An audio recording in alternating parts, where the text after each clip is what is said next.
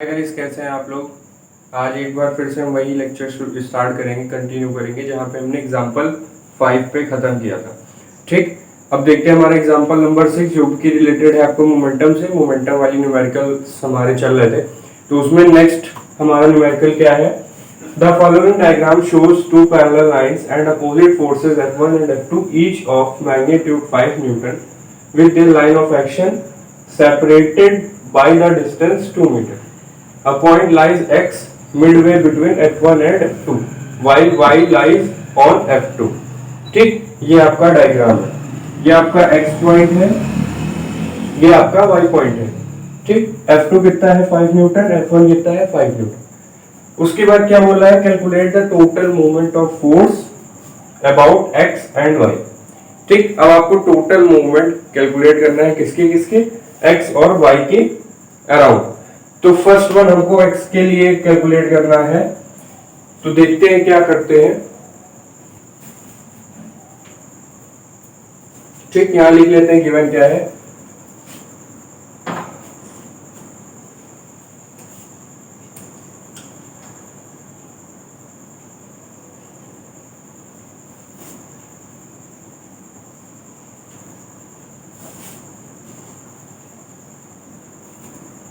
ठीक, first one था आपका x के अराउंड।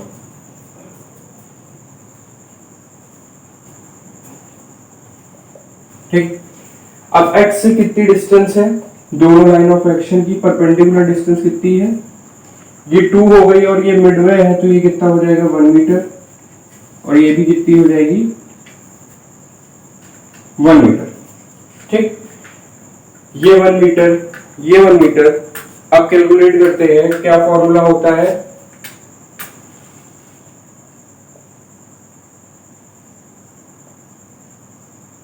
मोमेंट बाय F1 देखते हैं पहले। Force 5 newton into perpendicular distance 5 newton metre. ठीक है, फिर उसके बाद F2 से कितना लग रहा है मोमेंट वो देख लेते हैं।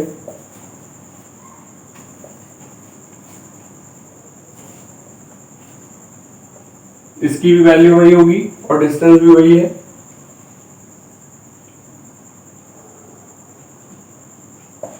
तो टोटल कितना हो जाएगा,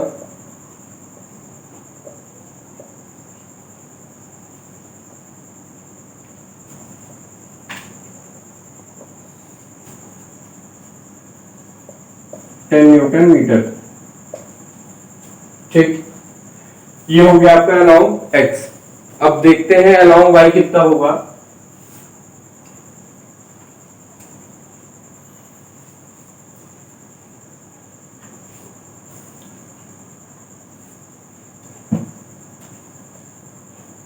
अलाउंग y, अब यहां पे डिस्टेंस चेंज हो जाएगी। ठीक है, तो डिस्टेंस चेंज होने से क्या होगा, F1 से y की डिस्टेंस कितनी हो जाएगी 2 मीटर हो जाएगी,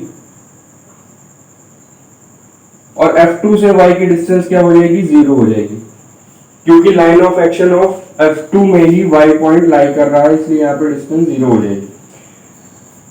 तो देखते हैं यहाँ पे क्या होगा।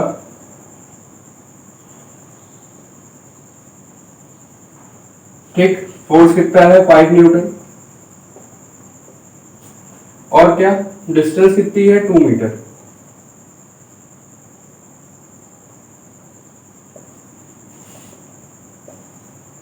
अब F2 से देख लेते हैं। F2 से डिस्टेंस क्या है 0 है, और फोर्स की वैल्यू क्या है 5 न्यूटन, तो वैल्यू पुट कर लेते हैं, तो ये क्या हो जाएगा 0 न्यूटन मीटर। तो y के अलाउंग टोटल मूवमेंट कितना हो जाएगा,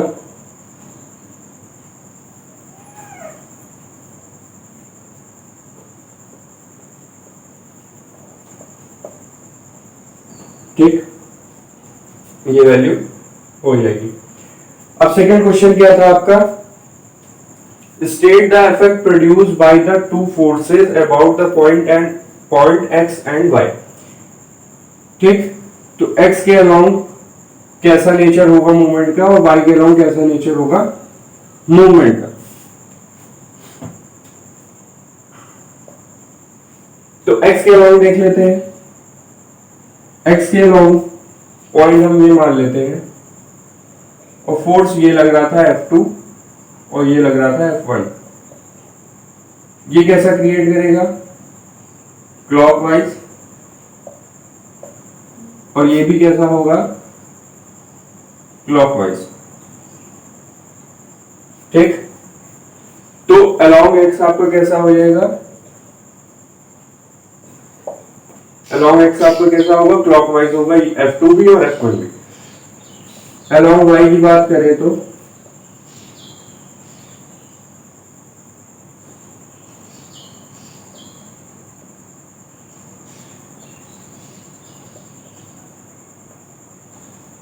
अलोंग वाई की बात करें तो ये कैसा है, लाइन ऑफ एक्शन से ही जा रहा है, वाई पॉइंट जो है वो लाइन ऑफ एक्शन में ही आ रहा है, तो इसका भी मूवमेंट कैसा होगा क्लॉकवाइज होगा और इसका मूवमेंट तो है ही है क्लॉकवाइज। ठीक, क्योंकि दोनों पॉइंट क्या है एक ही तरफ लाई कर रहे हैं, तो क्या होगा क्लॉकवाइज ये भी होगा। ठीक, F2 एंड F1 दोनों क्लॉकवाइज होंगे आपके। तो ये क्वेश्चन था आपका एग्जांपल। ठीक, अब चलते हैं नेक्स्ट एग्जांपल की तरफ, देखते हैं क्या कह रहा है नेक्स्ट एग्जांपल।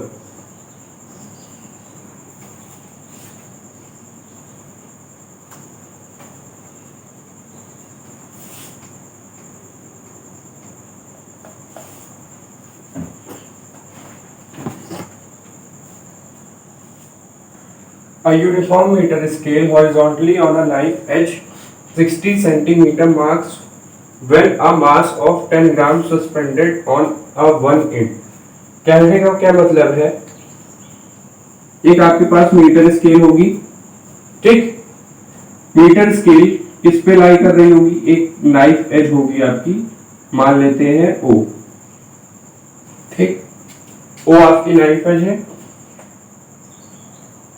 और एक एंड पे आपका क्या है 10 ग्राम मास सस्पेंड हुआ हुआ। ठीक है, एक तरफ कुछ नहीं है और ये क्या है हॉरिजॉन्टली लाई कर रही है, यहां पे क्या है वैल्यू 60 पे 60 सेंटीमीटर, ये A मान लेते हैं ये B मान लेते हैं। ठीक, eight which and must this mass suspended, अब बताना है कि किस एंड पे हमको मास लटकाना है। पहली चीज जो आपकी मीटर स्केल होती है उसमें मास का यूनिफॉर्म डिस्ट्रीब्यूशन होता है। ठीक, अब मैन्युफैक्चरिंग डिफेक्ट को हटा दे तो आइडियली हम ये मान सकते हैं मीटर स्केल से मतलब क्या है, जो आपका मीटर स्केल होगी उसमें मास का यूनिफॉर्म डिस्ट्रीब्यूशन होगा, तो उसका जो वेट का कंसंट्रेशन होगा वो किस पे होगा मिडिल पॉइंट पे होगा। और मीटर स्केल अगर हम ये मान लें 100 सेंटीमीटर, ये मान लें 0 सेंटीमीटर, तो उसके मिडिल पॉइंट पे होगा। तो मिडिल पॉइंट आपका क्या हो गया, ये मान लेते हैं हम 50 सेंटीमीटर। ठीक, 50 सेंटीमीटर। तो ये आपका फिगर हो गया। अब आपको क्या बताना है कि किस एंड पे आपको मास सस्पेंड करना होगा। तो पहली चीज यहां पे आपका mg लग रहा होगा, ये कैसा होगा एंटी क्लॉकवाइज डायरेक्शन में होगा और ये कैसा होगा आपका क्लॉकवाइज डायरेक्शन में। ठीक है, तो एंटी क्लॉकवाइज और क्लॉकवाइज डायरेक्शन का जो मूवमेंट होता है उसको इक्वेट कर देंगे तो आपको पता लग जाएगा कि किस एंड पे सस्पेंड करना है और वहीं से आपकी एक चीज और निकल आएगी, सेकंड वाला पार्ट। ठीक, तो फर्स्ट वन वाले में आपको फिगर बना के दोनों को इक्वेट करना है और उस हिसाब से आपको डिस्टेंस की वैल्यू निकाल देनी है। सीधा हम चलते हैं नेक्स्ट क्वेश्चन पे। अगर इस क्वेश्चन में कोई दिक्कत हो तो आप पूछ सकते हैं क्योंकि पूरा थ्योरेटिकल क्वेश्चन है फर्स्ट वन वाला। ठीक, सेकेंड वन मूवमेंट इक्वेट करने हैं किसके किसके, क्लॉकवाइज और एंटी क्लॉकवाइज। क्लॉकवाइज में आपका कौन सा है, ये वाला। ठीक, तो क्लॉकवाइज में हम देख लेते हैं।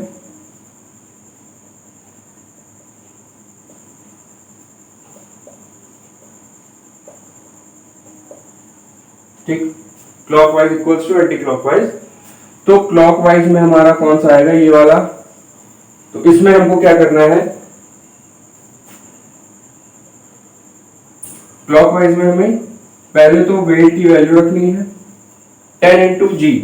ठीक, ग्रेविटी की वैल्यू इंटू नहीं करेंगे, क्यों, अभी हमको यहाँ पे जी की वैल्यू की जरूरत पड़ेगी और दोनों तरफ जी है तो क्या होगा, कैंसल आउट हो जाएगा।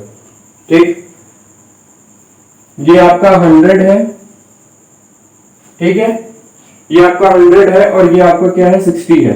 परपेंडिकुलर डिस्टेंस कब होगी, 100 माइनस 60। ठीक, एंटी क्लॉकवाइज में mg, ये आपका 50 है, ये आपका 60 है। इन दोनों को माइनस कर देंगे तो हमारी परपेंडिकुलर डिस्टेंस निकल आएगी। तो क्या होगा, 60 माइनस 50। अब देखते हैं इसको सॉल्व करके हमें मास की वैल्यू निकालनी है। ग्रेविटी हमने इसीलिए नहीं सॉल्व करी थी क्योंकि अगर 9.8 से इधर इंटू करते, फिर इधर इंटू करते, फिर उसी से डिवाइड करते, बात वही हो जाती। तो ग्रेविटी से ग्रेविटी कैंसिल आउट हो जाएगी। ठीक, अब क्या है, इन दोनों को माइनस करेंगे तो 40 मिलेगा, इन दोनों को माइनस करेंगे तो m इंटू 10 मिलेगा। ठीक, अब 10 इधर भी कैंसिल आउट कर लेते हैं तो हमें सीधा मास क्या मिल जाएगा, 40 ग्राम। ठीक, मास ऑफ द व्हील कितना हो जाएगा, 40 ग्राम। तो इस तरह आपको यूज करना है ये movement principle, clockwise equals to anti clockwise. अब चलते हैं हमारे नेक्स्ट एग्जांपल की तरफ। क्या है, अब इस क्वेश्चन में क्या है, एक सीसॉ है जिसमें 2 चिल्ड्रन क्या है, मास कितना है उनका 30 केजी एंड 50 केजी। वो क्या किए, एक साइड बैठ गए, कितनी डिस्टेंस पे, 2 मीटर एंड 2.5 मीटर पे।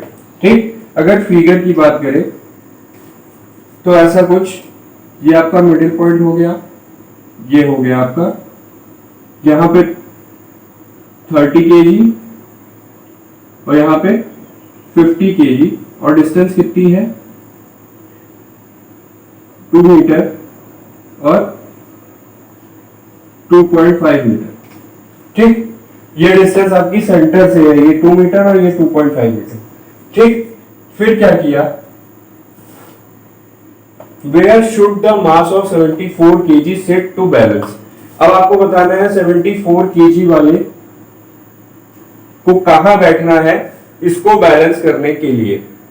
ठीक, तो मान लेते हैं, सीधी सी बात है, अपोजिट साइड ही बैठेंगे तभी बैलेंस होगा।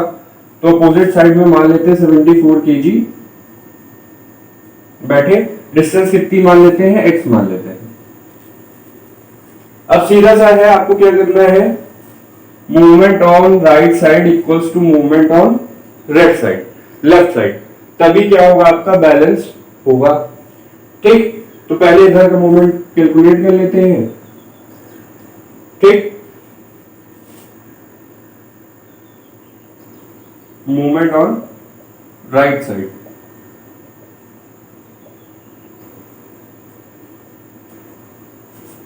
या फिर ये कैसा मूवमेंट कर रहे होंगे, क्लॉकवाइज, और ये कैसा कर रहे होंगे, एंटी क्लॉकवाइज। ठीक, तो क्लॉकवाइज और एंटी क्लॉकवाइज को भी इक्वेट कर सकते हैं, जो आपको इजी पड़े उस तरह। ठीक, तो अब इसमें मोमेंट कैसे कैलकुलेट होगा, 30 केजी दिया हुआ है तो 30 केजी सीधा केजीएफ हो जाएगा। ठीक, ये बात हम लेक्चर्स में कर चुके थे। तो यहां सीधा लिखेंगे 30 केजीएफ, ये आपका फोर्स हो गया, into 2 metre plus 50 into 2.5।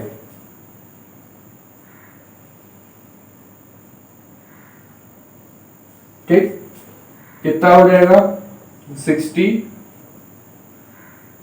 KGF metre plus 50 into 200 plus 50 का हाफ 25, तो कितना हो गया, 125।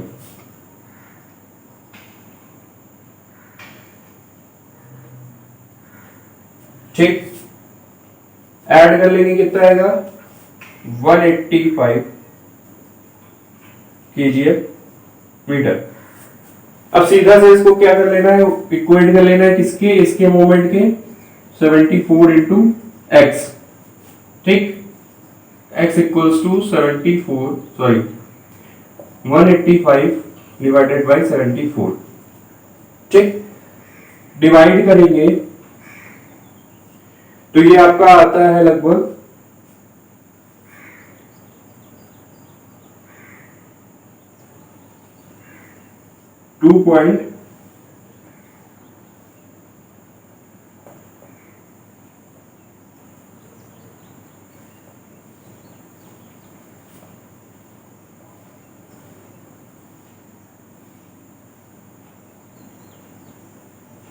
2.5 समथिंग। ठीक, तो ये आपका आता है 2.5 समथिंग आएगा। ठीक, एक पॉइंट तक वैल्यू दे दी है, आप चाहे तो नेक्स्ट पॉइंट तक भी कैलकुलेट कर सकते हैं। तो इस तरह के आप कैलकुलेट करेंगे। तो इस वाले क्वेश्चन में कुछ नहीं था, केवल आपका क्लॉकवाइज और एंटी क्लॉकवाइज इक्वेट करना था। सिंपल न्यूमेरिकल मूवमेंट के आपको इसी तरीके के मिलेंगे, जिसमें दो वैल्यू को इक्वेट करके आपको अननोन फाइंड करना होगा, जिसमें सारी वैल्यू गिवन होंगी। बस दिमाग ये लगाना है कि मूवमेंट किस तरफ क्रिएट होगा, उसके लिए आपको डायग्राम बनाना मस्ट है। जब तक आप डायग्राम नहीं बनाएंगे तो आपको क्वेश्चन समझ में नहीं आएगा और आप गलती कर देंगे। ठीक, अब चलते हैं नेक्स्ट एग्जांपल की तरफ। अब नेक्स्ट क्वेश्चन में हमारा क्या है कि दो फोर्सेस दिए हैं आपके, जिसकी दोनों का मैग्नीट्यूड आपका सेम है, इक्वल है। कितना, 2 newton, act vertically upward and downward. ठीक, respectively on two ends of a uniform rod of 1 metre, यानी 1 मीटर की आपकी रॉड है, दोनों एंड पे क्या लग रहा है 2 न्यूटन का फोर्स, एक तरफ अपवर्ड और एक तरफ डाउनवर्ड। ठीक, which is pivoted at its centre. ठीक, जो अपने सेंटर के पॉइंट पे फिक्स है। Draw a diagram of arrangement and determine the resultant movement of force about the mid point. अब आपको मिड पॉइंट के अराउंड क्या निकालना है, टोटल मूवमेंट ऑफ फोर्स निकालना है। तो पहले क्या बोला है फिगर बनाने को, तो फिगर बना लेते हैं। ये आपका मिड पॉइंट हो जाएगा O। ठीक, दोनों एंड पे क्या है, वर्टिकली अपवर्ड 2 न्यूटन है। ठीक, और एक वर्टिकली डाउनवर्ड।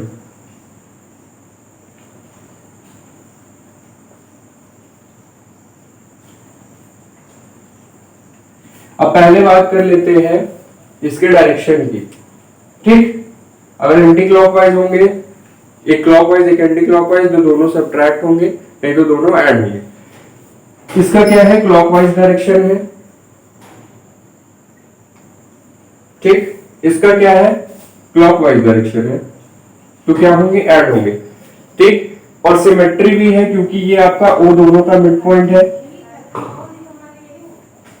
ठीक, सिमेट्री भी हो गई, तो दो कैलकुलेशन आपको करने की जरूरत नहीं है। क्यों, फोर्स की वैल्यू भी आपकी इक्वल है और परपेंडिकुलर की डिस्टेंस की भी वैल्यू आपकी इक्वल है। तो इक्वल होने के बाद आप इसको निकाल लीजिए, इंटू 2 कर दीजिए, आपका क्वेश्चन हो जाएगा। तो आप कोई भी पार्ट ले लें, ये वाला चाहे ये वाला। तो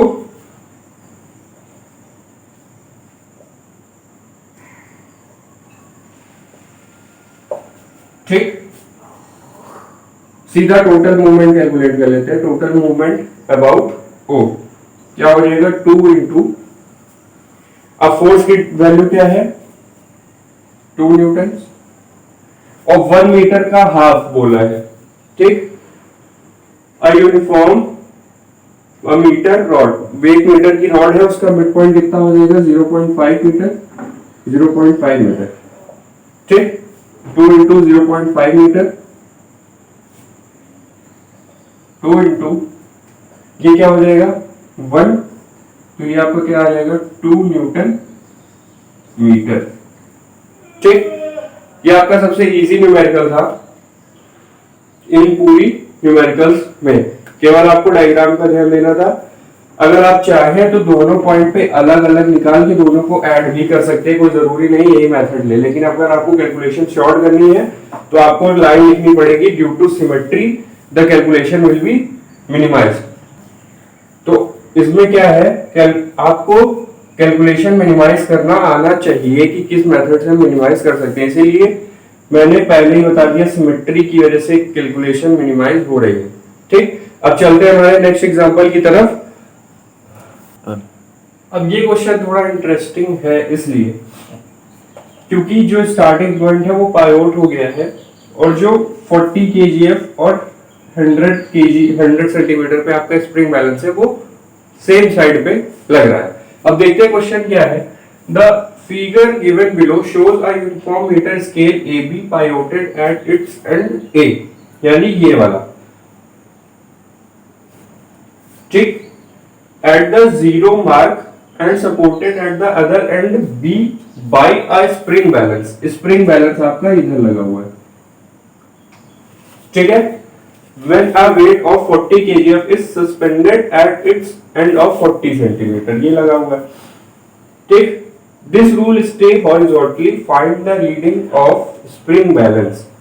फर्स्ट क्या है, जब रूल का वेट नेग्लिजिबल होगा तब क्या होगा, और जब रूल का वेट 20 kgf होगा तब क्या होगा। ठीक, तो अब पहले क्या करना है, फर्स्ट वाले केस पे आपको रूल का मास नहीं लेना है, सीधा आ जाएंगे कैलकुलेशन पे। तो इसमें क्या है, पहले force into perpendicular distance, force into perpendicular distance. लेकिन अगर इसको हॉरिजॉन्टली स्टे करना है, ठीक, तो इसकी डायरेक्शन अगर हम क्लॉकवाइज मानते हैं तो इसकी डायरेक्शन हमें एंटी क्लॉकवाइज माननी पड़ेगी, तभी ये हॉरिजॉन्टली स्टे करेगा। सोचने वाली बात है, अगर एक फोर्स सेम डायरेक्शन में लगा देंगे तो हॉरिजॉन्टली स्टे नहीं हो पाएगा। ठीक, तो जो 40 kgf आपका यहाँ सस्पेंड है तो इसका मतलब सीधी सी है, ये फोर्स डाउनवर्ड लगा रहा होगा, डाउनवर्ड मतलब क्लॉकवाइज। तो आपको स्प्रिंग बैलेंस किस तरह लगाना पड़ेगा, एंटी क्लॉकवाइज तरफ। ठीक, फिर वही क्लॉकवाइज और एंटी क्लॉकवाइज को इक्वेट करेंगे, वहां से हम वैल्यू निकाल लेंगे। तो चलिए करते हैं, सारी चीज मीटर में रखी जाएगी, ये सेंटीमीटर है 40 सेंटीमीटर। ठीक, इसका भी ध्यान रखिएगा। तो clockwise equals to anti clockwise. ठीक, कितना, क्लॉकवाइज में आपका 40 इंटू 0.4 सेंटीमीटर, सॉरी 0.4 मीटर, और इधर कितना होगा 100 सेंटीमीटर मतलब 1 मीटर इंटू एफ। ठीक, एफ भी बोल सकते हैं, वेट भी बोल सकते हैं, क्योंकि स्प्रिंग बैलेंस में आपके वेट लगे होते हैं और वो जब सस्पेंड करेंगे आप उसको तो उसमें क्या होगा, ग्रेविटी एक्शन भी होगा, जिसकी वजह से वो वेट में कन्वर्ट हो जाएगा। ठीक, और यहाँ पे वेट ही क्या हो जाता है, फोर्स हो जाता है। तो एक तरह से आप क्या कैलकुलेट कर रहे हैं, mg कैलकुलेट कर रहे हैं। यहाँ पे क्या हो जाएगा, 16 बराबर f। ठीक, तो आपकी स्प्रिंग बैलेंस की वैल्यू आ गई कितनी, 16 kgf। ठीक, फर्स्ट वन क्वेश्चन आपका हो गया। अब सेकंड क्वेश्चन आपको क्या बोल रहा है कि आपको अब रूल का भी मास कंसीडर करना होगा। रूल का भी मास आपको कंसीडर करना है, वो कितना है 20 kg। पहली चीज, मीटर रूल में क्या होता है, वेट का यूनिफॉर्म डिस्ट्रीब्यूशन होता है, तो वेट का कंसंट्रेशन कहाँ होगा, स्केल के मिड पॉइंट पे, और मिड पॉइंट कहाँ है 50 सेंटीमीटर पे। तो ये आपका 20 kg लग रहा होगा।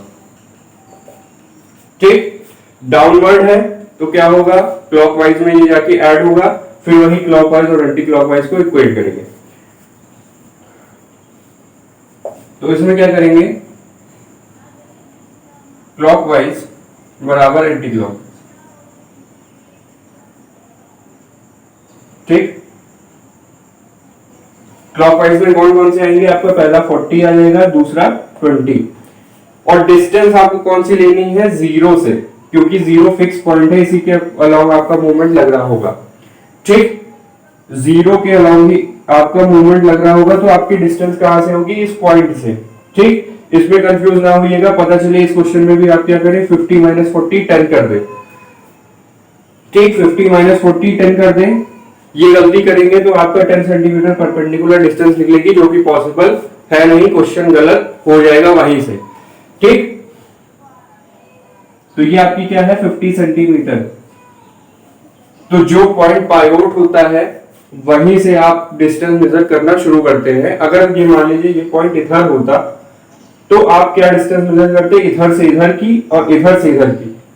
ठीक, ये पॉइंट यहां है तो यही से सबकी डिस्टेंस मेजर होगी, इसीलिए ये 1 मीटर पे है, ये 0.4 मीटर पे है और ये 0.5 मीटर पे आ गया। ठीक, क्लॉकवाइज में कैलकुलेट करते हैं 40 into 0.4 plus 20 into 0.5, anti clock में क्या है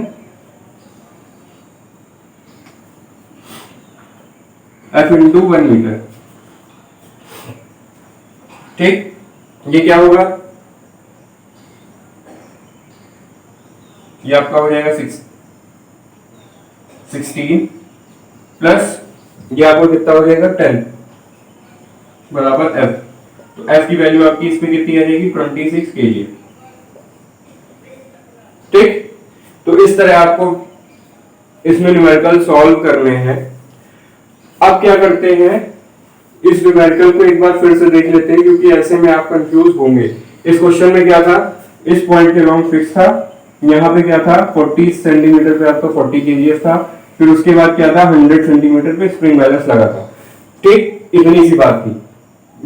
जो एकदम माइनर सी मिस्टेक होती है वो क्या होती है, इस पॉइंट को हम भूल जाते हैं, पाइवोट पॉइंट को हम भूल जाते हैं। पाइवोट पॉइंट क्यों इंपॉर्टेंट होता है, परपेंडिकुलर डिस्टेंस नापने के लिए। बार बार ये चीज बोल रहे हैं लेकिन तब भी आप गलत करके आएंगे जरूर पेपर में। ठीक,